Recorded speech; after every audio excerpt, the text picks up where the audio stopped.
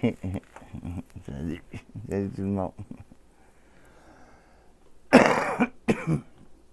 Ben aujourd'hui, ça va pas mal mieux, hein. Ça va bien, en fait. Il fait beau. Beau soleil. Je vais vous parler de l'esclavage. Ben, l'esclavage, en général, ça a été aboli, là. Ça n'existe plus, l'esclavage. Ben, finalement, j'ai regardé un film hier, Alice. Euh, Ça se passe en 1972 ou 73. Puis c'est une esclave qui a été gardée en esclavage, elle et toute sa famille, pendant super longtemps. En fait. Le film n'est pas vraiment bon, là, honnêtement. Là. C'est vraiment BLM, Black Panthers. Mais bon, l'esclavage existe-t-il encore aujourd'hui? Donc, en gros, l'esclavage, bon, dans presque toutes les sociétés, mettons chez les Haïda, qui sont les Amérindiens de la côte Pacifique, Vancouver, Haida Gwaii, dans ce coin-là, ils étaient esclavagistes. Sinon, si on remonte plus loin, ben bon, les Vikings faisaient de l'esclavage aussi. Il y avait de l'esclavagisme, du mercenariat. L'esclavage a à peu près toujours existé dans l'humanité. À Constantinople, ben en fait, Istanbul, aujourd'hui, il y a eu de l'esclavage énormément. Il y avait du trafic d'esclaves. C'était la plaque tournante du trafic humain, puis du trafic. Parce que le trafic humain puis le trafic d'esclaves, c'est la même chose.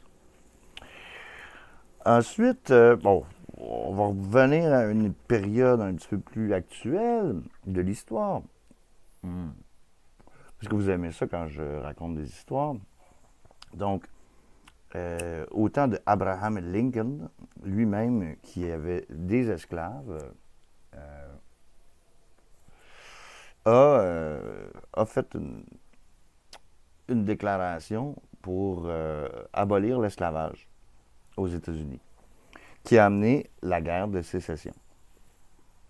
Et puis qui a amené aussi la célébrité puis la gloire de Albert Pike en passant. Ah, excusez quelque chose. Ah, voilà. Okay. Albert Pike, c'est ça, le plus grand franc-maçon de l'histoire. Euh, Fondateur du Ku Klux Klan. Qui était général, lui, pour les pro-esclavagistes, pour les États esclavagistes. Fait que les manteaux rouges, tu sais. Puis les manteaux bleus, ben le Nord, ils ont gagné. Ils ont gagné quoi? Ben, ils ont gagné le salariat, finalement. Il faut savoir que les esclaves, les propriétaires d'esclaves, il y en avait qui comprenaient que, ah, OK, il faut bien s'en occuper. Il faut bien s'occuper de nos esclaves. Donc, il faut leur donner le droit de se marier, leur donner le droit d'avoir des enfants. D'ailleurs, il y en a question dans le film Alice, qui vient juste de sortir. Euh, Puis c'était même d'encourager les esclaves à se reproduire pour avoir encore plus d'esclaves gratuits. Bref, c'est comme c'est du bétail. Tu sais, l'autre fois, je faisais un petit commentaire, là, tu sais, le souci du bétail. Donc, puis là, l'esclavage s'est transformé ensuite en salariat. Tu sais. Fait que ce que tu fais, c'est que tu libères tes esclaves, puis là, tu dis, je vais leur payer un salaire. D'ailleurs, il s'est passé quelque chose au Brésil, l'abolition de l'esclavage au Brésil sous le roi Louis quelque chose. Ouais, c'est Louis quelque chose. Euh, il avait aboli l'esclavage. Et puis, ce que ça avait fait, c'est que ça a mis le Brésil au complet dans une crise financière parce que la production de café fonctionnait plus. Fait que pour tous les gens qui boivent du café aujourd'hui, ben, sachez que le café, c'est de l'esclavage. Tous ceux qui consomment du sucre, le sucre, c'est de l'esclavage. Les bananes, les républiques de bananes, c'est de l'esclavage. Presque tous nos produits d'importation, c'est toute la culture de l'esclavage. Mais aujourd'hui, puis aujourd'hui encore, on a du trafic humain. On le sait, là, il y a des millions et des millions d'enfants, une dizaine de millions d'enfants par année qui ils se font passer d'une frontière à l'autre là, dans un pays où ils parlent pas la langue. Puis, bah. Mais ça, faut pas trop parler de ça. Ensuite, euh, ensuite est venu le salariat. Ah, le salariat. Fait que là, au lieu de mettre une chaîne autour du cou, puis des boulets aux pieds, puis des chaînes autour des mains, puis donner des coups de fouette à tes esclaves, ben, ce que tu fais, c'est que tu leur donnes une paye. Mais tu leur donnes une paye juste assez petite, tu sais, pour qu'ils puissent manger au minimum, qu'ils aient de la difficulté à se vêtir, finalement, qu'ils aient de la difficulté à se loger, mais c'est pas grave, parce que, tu sais, c'est des esclaves, c'est pas grave. Donc, le salariat est arrivé, tu sais. Là, pour lutter contre l'esclavage, encore une fois, après la bataille de Gettysburg,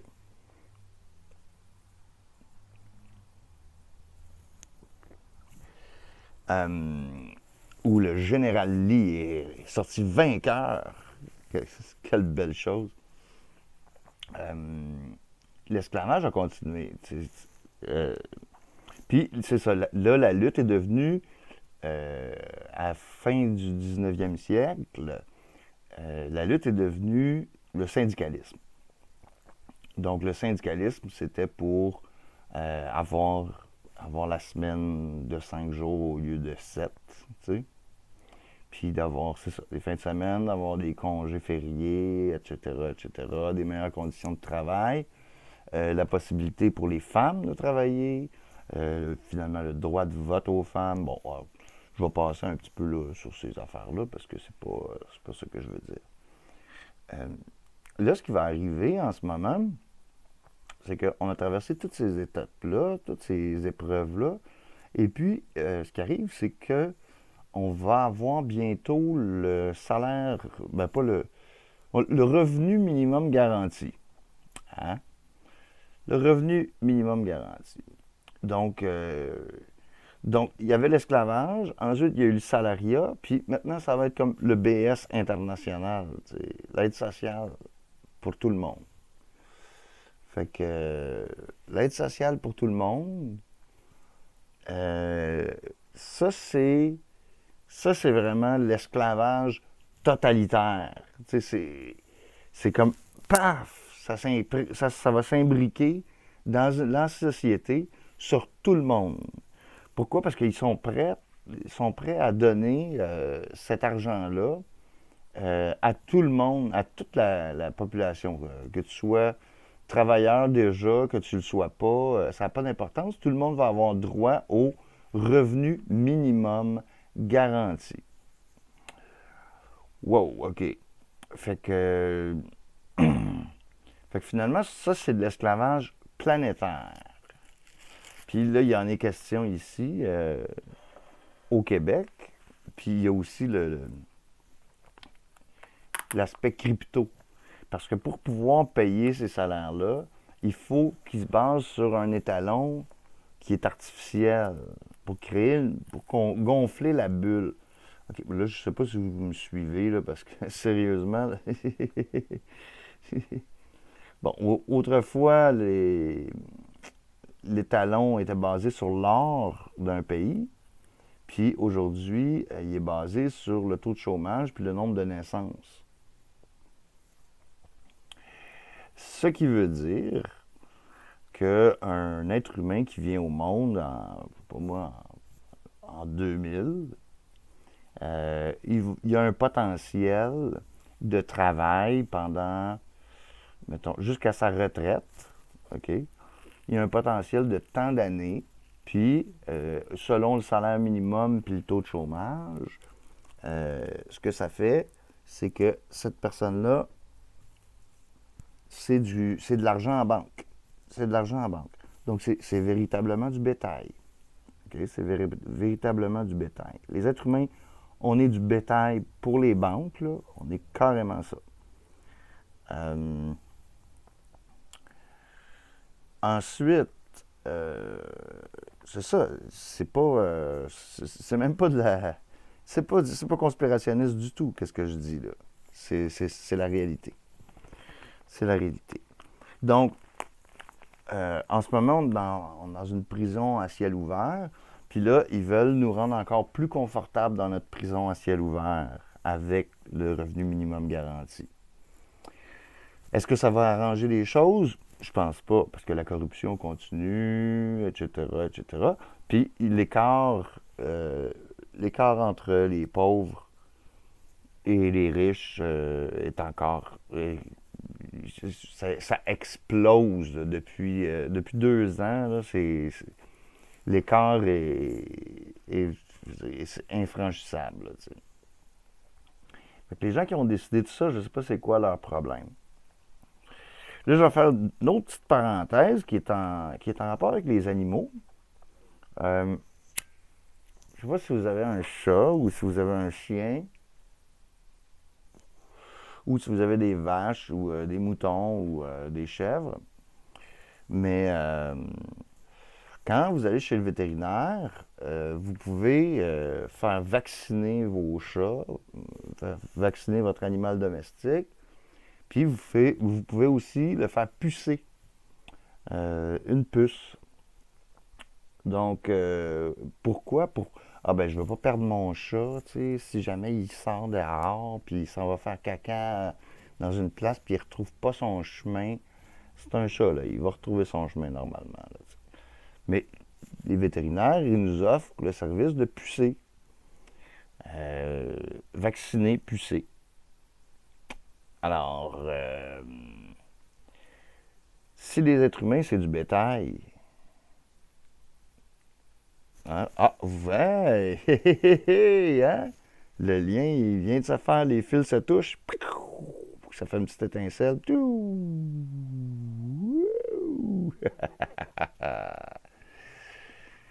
Alors voilà. Fait que l'esclavage s'en vient de plus en plus.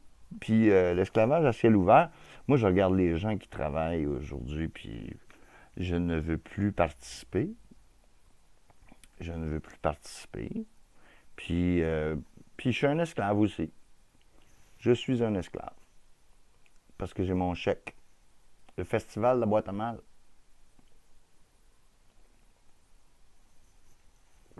Le festival de la boîte à mal, c'est à tous les mois. Puis là, ce mois-ci, en plus, j'ai eu un bonus.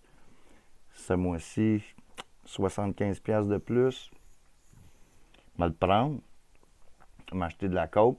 Puis je vais faire des tracts de poudre sur les boules d'une pute.